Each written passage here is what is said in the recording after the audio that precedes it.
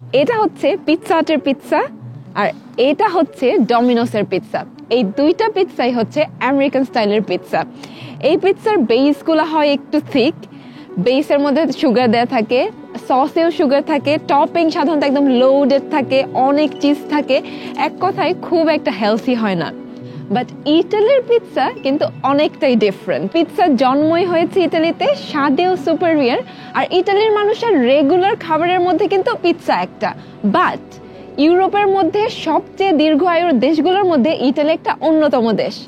এর কারণ কি?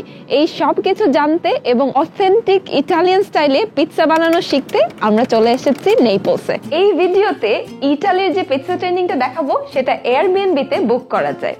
প্রাইভেট গ্রুপে বুক করলে লাগে 262 পাউন্ড, মানে বাংলাদেশি টাকার 33,911 টাকা। পুরোপুরি দেখলে আপনারা শিখতে পারবেন 33,911 টাকায় অথেন্টিক ইটালিয়ান পিৎজা নিয়ে কি কি শেখা যায়। Hello. Hi. Nice to meet you. Raysa. Nice to meet you too. Welcome in the association. Thank you. So এটা হচ্ছে অ্যাসোসিয়েশনটা এবং এখানে আজকে আমরা একটা নেপোলিটানের অথেন্টিক রেসিপি শিখবো। হচ্ছে পিটার, ও আজকে আমাদের রেসিপিটা শিখাবে। ওরা বিশ্বব্যাপী নেপোলিটান পিৎজার কোয়ালিটি এবং স্ট্যান্ডার্ড কন্ট্রোল করে। Follow me. প্রফেশনাল পিৎজা শেফদের ট্রেনিং হয় এখানে। ইটালিয়ান পিৎজা স্বাদের ম্যাজিকটা আসে পিৎজার ডো থেকে। এটা বানাতে লাগে মাত্র 4টা সিম্পল উপাদান: পানি, লবণ, ময়দা, ইস্ট। খুব ইম্পর্টেন্ট হচ্ছে ডো তৈরির টেকনিক। টোটাল 5টা টেকনিক রপ্ত করতে হবে। এই টেকনিকগুলোই আজকে ডিটেলসে শিখবো এবং আজকে দেখানো 5টা টেকনিক হুবহু ফলো করলে পিৎজা হাট, ডমিনোসের পিৎজা থেকে বেটার পিৎজা বানানো সম্ভব। সো ফার্স্ট স্টেপ হচ্ছে পানি। আধা লিটার পানি নিয়েছি 900 গ্রামের মতো ময়দার জন্য। Second ingredient. 2 নাম্বার উপাদান লবণ। স্বাদের পাশাপাশি পিৎজা বেসের টেক্সচারের জন্য লবণ খুব ইম্পর্টেন্ট। 25 grams of salt. আর পিৎজার ডো ফুলাতে এবং ফার্মেন্ট করতে লাগে অ্যাক্টিভ ইস্ট। বাট লবণ ইস্টকে To make মেরে a ফেলে। statement, Salt and yeast should be never directly in contact. So যেটা বললো, ইস্ট কখনোই সরাসরি লবণ পানিতে দেয়া যাবে না। আগে লবণ পানিতে কিছু ময়দা মিশিয়ে নিতে হবে, যেটা কিনা লবণ আর ইস্টের মধ্যে একটা ব্যারিয়ার তৈরি করবে। সো পানি, লবণ আর তারপরে দিতে হবে হচ্ছে কিছু ময়দা, ইস্টটা দেওয়ার আগে। সো প্রায় 100 গ্রামের মতো ময়দা লাগবে আর কি।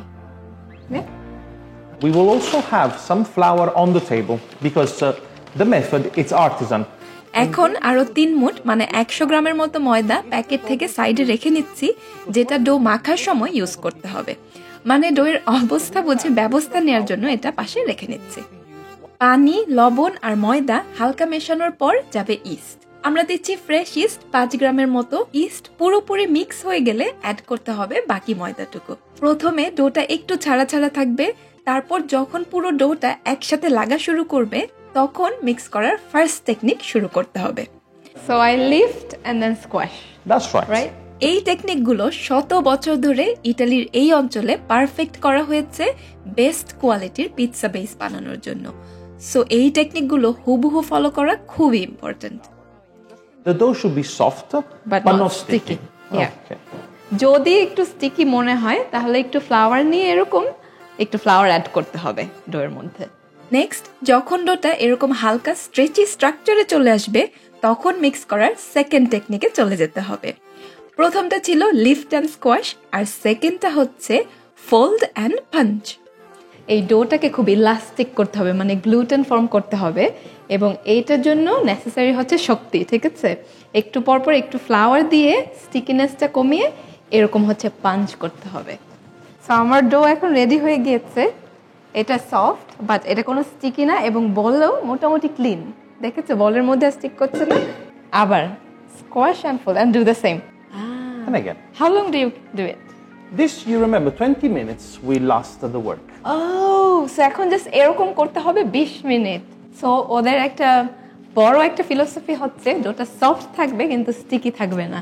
সো যখনই একটু সফট, যখন একটু স্টিকি মনে হয় একটু ফ্লাওয়ার নিয়ে নিতে হবে। It's elastic, it's soft, but you see it doesn't stick. This is the most important thing. Look what I do. They touch and I rotate. ডোটাকে বলের touch মতো শেপ and করে rotate. নিয়ে টাচ Touch and আর rotate. Rotate টেকনিকটা follow করতে হবে। এই ডোটা থেকে 6টার মতো ছোট ছোট ডো বল বানিয়ে 8 থেকে 10 ঘন্টার মতো প্রুভ করতে হবে, বা তার আগে 2 বার এভাবে পুরো ডোটা বলের মতো শেপ করে আধা ঘন্টার মতো করে রেস্ট করতে হবে। 20 to 30 minutes Approximately. সো 20 মিনিটের মতো এটা কভার করে রাখতে হবে। তারপরে next step, Time to actually reveal the dough. oh looks nice ডোটা একটু উঁচু করে 2 ভাগে ফোল্ড করতে হবে, তারপর 2 সাইড থেকে আবার ফোল্ড করে নিতে হবে। এটাকে বলে নকিং ব্যাক দ্য ডো। এটা করা হয় ডো এর ভেতরের আনইভেন এয়ার পকেটগুলোকে আরো বেশি ইভেন করার জন্য। এতে করে পিৎজার বেসের টেক্সচারটা বেটার হয়। সো এখন জাস্ট ফোল্ড করতে হবে এরকম, And then cover it. So এখন হয়ে গেছে ফোল্ড করা। So another 20 minutes now 20-30 minutes. 20-30 minutes Okay. 20 minute পর ডোটা বের করে 5 থেকে 6 ভাগে সমান ভাগ করে ছোট ছোট বলের মতো তৈরি করতে হবে।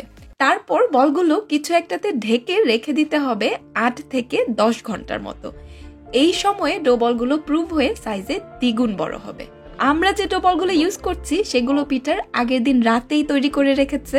ডো বলের নিচে ছোট ছোট যে হোল ফর্ম হয়েছে এগুলো হচ্ছে gluten web.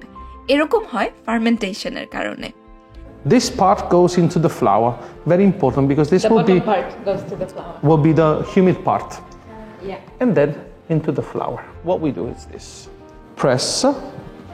You see I lift, I press. So you see the idea is really to move the air into the crust. okay এখন আমার পালা। পিৎজা রোল করার সময় আমি যে জিনিসটা করার চেষ্টা করছি সেটা হচ্ছে ডোয়ের ভেতরের বাতাস সাইডের ক্রাস্টে নিয়ে আসা। এতে করে বেক করার পর সাইডের ক্রাস্টটা ফ্লাফি আর ক্রাঞ্চি হবে। নিচ থেকে উপর দিকে প্রেস করতে হবে। এক পাশ হয়ে গেলে পিৎজা উল্টে অন্য পাশ। এভাবে উত্তর দক্ষিণ হয়ে গেলে নেক্সট হচ্ছে পূর্ব পশ্চিম। তারপর হচ্ছে স্ল্যাপিং। The slap works like this. One hand hold. You see always that centimeter from the edge because we want to protect always the crust. yeah Then another hand stretches the dough. You see? Then this right hand will lift and come out, and this left hand will lift the dough and bring it to the wrist. okay And then back on the table. So the work is like this. এই টেকনিকটাকে ওরা বলে স্কিয়াফো, মানে স্ল্যাপিং technique. hold Pull, hold the wrist, the table. Okay. And you see, slowly, slowly, you're reaching the. bigger yeah It's becoming. You see, it's becoming wider. Yeah. So continue because we want to reach the space where we can put two open hands. So we will stop. yeah Do it another time. On the wrist, on the table. You can fit two open hands inside. yeah well, my Okay. hands are small The idea is really to reach the point where the dough is actually. You see, it's thinner in the center. We have nice air on the edge, yeah and the dough. to what And the dough should be the size of two open hands before we actually start to put the ingredients. okay এখন most exciting part, pizza topping দেওয়ার পালা। আমি করছি Margarita pizza. এই পিৎজাতে মাত্র 3টা topping, tomato, বাজল আর cheese. Fresh পাকা tomato দিয়ে ইটালিয়ান পিৎজা সস বানানো খুবই সহজ। এভাবে স্কোর করে ফুটন্ত গরম পানিতে মাত্র 30 থেকে 40 সেকেন্ডের মতো ব্লাঞ্চ করে নিতে হবে। তারপর নামিয়ে নিতে হবে ঠান্ডা পানিতে। এতে করে একদম ইজিলি টমেটোর খোসা ছাড়িয়ে নেওয়া যাবে। দেন জাস্ট একটু লবণ দিয়ে ব্লেন্ড করে নিলেই হয়ে যাবে ইটালিয়ান পিৎজা সস। ইটালিয়ান খাবারের একটা বড় ফিলোসফি হচ্ছে হাতের কাছে একদম ফ্রেশ যা পাওয়া যায় সেই ইনগ্রেডিয়েন্ট ইউজ করাই বেস্ট। আমাদের ক্লাসে পিটার পিল করা সান মার্জানো টমেটো জাস্ট একটু লবণ দিয়ে হাত দিয়ে চটকে পিৎজা সসটা বানিয়েছে। So, 1 spoon in the center. ইটালির পিৎজা এবং ইন জেনারেল ইটালিয়ান খাবারের একটা বিশেষ বৈশিষ্ট্য হচ্ছে উপাদানের simplicity. A spiral movement. Press on the center and try to spread it near to the edge but not over. Perfect. Tomato sauce দেবার পর যাবে হচ্ছে বাজিল আর তার উপর দিব চিজ। এতে করে ওভেনে বাজিল পুড়ে যাবে না, বাট নাইস একটা আরোমা পিৎজাতে আসবে।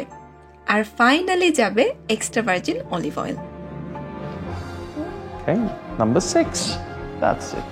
আর পিটার এখন যে পিৎজাটা দেখাচ্ছে এটাতে কোনো চিজও লাগে না। এটা হচ্ছে মোস্ট ক্লাসিক ইটালিয়ান পিৎজা, নাম মারিনারা। লাগে শুধু টমেটো, রসুন, বাজেল আর এক্সট্রা ভার্জিন অলিভ অয়েল। টমেটোর উপরে যাবে কিছু ড্রাই অরেগানো। সো দেশে হাই কোয়ালিটি ইটালিয়ান পিৎজা বানাতে যে ইটালিয়ান টমেটো সস ইম্পোর্ট করতে হবে তা কিন্তু না, বরং দেশি ভালো মানের ফ্রেশ টমেটো দিয়েই খুব ভালো পিৎজা বানানো সম্ভব। জাস্ট ইটালিয়ান টেকনিকগুলো ঠিক মতো ফলো করলেই হবে। Simple and beautiful. A little bit of flour. Check if the pizza moves. You see, the pizza slips very well. Yeah. 3 fingers, I stretch. American পিৎজার মতো আনহেলথি এক গাদা টপিং থাকে না, প্রসেসড আইটেমস, চিনি এগুলো লাগে না, আগে কেবল অল্প কয়েকটা ফ্রেশ উপাদান। আর এই কারণেই কিন্তু বিগ আমেরিকান ব্র্যান্ড যেমন ডমিনোস, ওদের সব দোকান ইটালিতে বন্ধ হয়ে গিয়েছে, কারণ ইটালিয়ানরা সিম্পলি আমেরিকান পিৎজাকে আনহেলদি এবং ইনফেরিয়ার ভাবে। এখানে করছে উড ফায়ার ওভেনে, বাট বাসার ওভেনে করতে ওভেন একদম হাইয়েস্ট হিটে দিয়ে আগে 20 মিনিট প্রি হিট করে নিতে হবে, তারপর পিৎজাটা যাবে। এবং উড ফায়ার ওভেনে সময় লাগে মাত্র 1 থেকে 1.5 মিনিট, বাট বাসার ওভেনে লাগবে 4 থেকে 6 মিনিট। এটা ওভেনের হিটের উপর ডিপেন্ড করবে। Angle, pull, pull.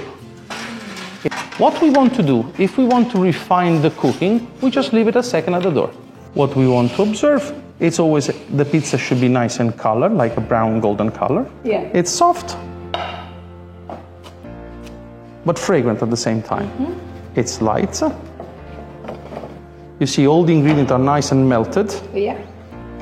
They dissolve, but they are not completely undefined, so you can actually describe.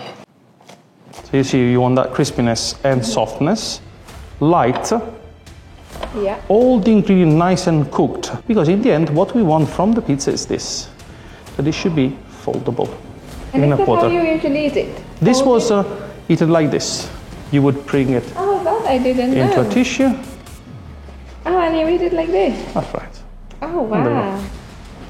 So this is how you eat a pizza. That's amazing. Yeah. So this was made for the actual street food, because you have to think this pizza was never made as a food for dining on a table. Yeah. Right. You see, when you want to eat it on the table in the plate, this is the way. So very important. You see, what we want to do is always fold in the center. And then you fold. You see, what I do is this. I fold in half. I put the tongue inside. So fold it in half. So you take a slice, fold it in half. Remember to put the nose inside. Yeah. And that's Like it. a pocket wagon. So the mission of the association is to deliver the true Neapolitan pizza. From the consumer to the actual professionist, that they come and they learn how to make the true Neapolitan pizza here. So we stand as an educational aspect, but also as an information for the actual perfectionist.